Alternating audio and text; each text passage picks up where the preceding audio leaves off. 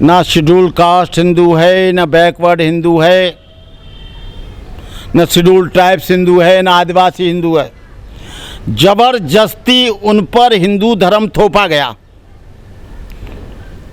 जबरदस्ती उन पर हिंदू धर्म थोपा गया और बना दिया गया। देखो, यहाँ पर उन महापुरुषों की जो दलित और पिछड़े वर्ग के लोग हैं उनकी कोई चर्चा नहीं करेंगे। ये फिल्म के माध्यम से, साधु संतों के माध्यम से, मठाधीशों के माध्यम से, आरएसएस के माध्यम से, हिंदू विश्वसत के माध्यम से और बजरंग दल के माध्यम से ये कोशिश करेंगे। अभी जो है एक सम्मेलन हुआ, झंडे वाला पे लगे हुए थे बोर्ड, उसमें शंकराचार्य जी, 2 शंकराचार्य शायद उसमें मुख्य अतिथि या अध्यक्ष थे। हिंदू राष्ट्र का निर्माण हेतु सम्मेलन, ये बहुत कोशिश करेंगे हिंदू राष्ट्र बनाने की, ये एक्सपेरिमेंट करते रहते हैं। लेकिन हो सकता है हिंदू राष्ट्र बनाने का जो विरोध करें उनको जेलों में डाला जाए, हो सकता है उनको रासुका लगाया जाए, हो सकता है उन पर देशद्रोह का मुकदमा दर्ज किया जाए। लेकिन संविधान इस बात की कभी नहीं कहता है कि हिंदू राष्ट्र बने। संविधान धर्मनिरपेक्ष है, पंथ निरपेक्ष है, और संविधान जो है धर्मनिरपेक्ष होने के बाद जितनी स्वतंत्रता या हिंदू को है उतनी स्वतंत्रता या मुसलमान को है। अपना पूजा पाठ करने का अधिकार, उतना ही अधिकार 14वें और 15वें अनुच्छेद में, उतना ही अधिकार यहाँ बौद्ध को है, उतना ही अधिकार यहाँ सिख को है, उतना ही अधिकार यहाँ जैन को है, उतना ही अधिकार पारसी को है। किसी भी धर्म, किसी भी मजहब, किसी भी पंथ का मानने वाला हो। लेकिन हिंदू राष्ट्र कौन जानता है?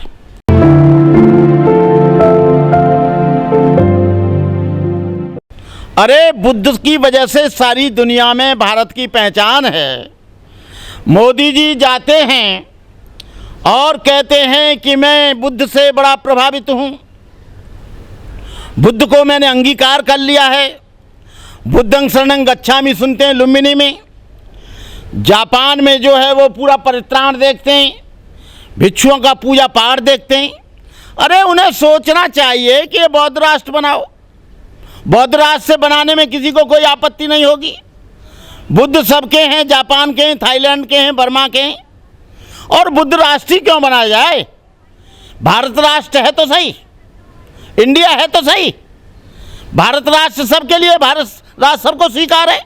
और बौद्ध राष्ट्र भी बनेगा तो मैं जानता हूँ कि उससे कुछ धर्म और मजहब वालों को ठेस लगेगी। हम बौद्ध भिक्षु होने के बावजूद भी बुद्ध की धरती है रही है, अशोक की धरती रही है, फिर भी हम कहते हैं कि भारत राष्ट्र रहे। हिंदू राष्ट्र बनेगा, ये देश टूट जाएगा, इस देश में बगावत हो जाएगी, विद्रोह हो जाएगा। इस देश के टुकड़े टुकड़े करने का काम मत करो, इस देश की शांति भंग करने का काम मत करो। अरे भाई, इस तरह का काम करोगे ये देश की उन्नति रुक जाएगी, प्रगति रुक जाएगी, विकास रुक जाएगा, शिक्षा रुक जाएगी, देश कमज़ोर हो जाएगा, बट जाएगा, केवल एक हिंदू रह जाएगा। मुसलमान करेगा ये तो हिंदुओं का राष्ट्र है, हम क्यों मदद करें? बुद्ध कहेगा ये तो हिंदुओं का राष्ट्र है, हम मदद क्यों करें? पारसी ईसाई कहेंगे। जब ये देश स्वतंत्र हुआ तो इसकी लड़ाई के लिए क्या पारसी, क्या सिख, क्या ईसाई, क्या मुसलमान, क्या शेड्यूल कास्ट, क्या शेड्यूल ट्राइब्स, सबका इसके लिए, चाहे तो ऊधम सिंह रहा हो, चाहे वो वाल्मीकि रहा हो, चाहे आपके आदिवासी लोग रहे हों, चाहे मुसलमान रहे हों, इस देश का त्याग केवल हिंदुओं के बल से ये देश स्वतंत्र नहीं हुआ। ये देश स्वतंत्र हुआ सारे धर्म के लोगों ने फांसी के तख्ते पर लटके, सिख लोग भी लटके, मुसलमान सबसे ज़्यादा लटके, मुसलमान सबसे ज़्यादा मारे गए, ईसाई भी मारे गए, शेड्यूल कास्ट और बैकवर्ड के लोग भी मारे गए। क्या तब लड़ाई जब हुई थी तब क्या हिंदू राज था? ये ऐसा काम मत करो, लोगों को मत बरगलाओ। मैं इस देश की सुख और शांति की कामना करता हूँ कि देश में किसी भी तरह का भेदभाव और मतभेद न हो, किसी भी तरह का द्वेष और घृणा का वातावरण पैदा ना हो, किसी भी तरह का यहाँ ईर्ष्या और द्वेष पैदा ना हो। इस देश में मुसलमान भी आराम से रहे, सिख भी आराम से रहे, हिंदू भी आराम से रहे, बौद्ध भी आराम से रहे, सब लोग भाईचारे के साथ रहें। लेकिन भ्रातृत्व समता वाले और भ्रातृत्व भाव और करुणा मैत्री के व्यवहार को ख़त्म करने की कोशिश मत करो। ये देश बड़ा वैभवशाली देश रहा है। इस देश का एक सबसे ज़्यादा इस देश ने सबको अंगीकार किया। मुसलमान आया तो मुसलमान को स्वीकार कर लिया, ईसाई आए तो ईसाइयों को स्वीकार कर लिया, पारसी आए तो पारसियों को स्वीकार कर लिया, और स्वीकार न करते तो आज यहाँ पर इतनी जनसंख्या नहीं होती। ये किसकी देन है? यहाँ पर जो कुछ भी हुआ ये उन लोगों की देन है जो अपने आप को बहुत बड़ा हिंदू कहते थे।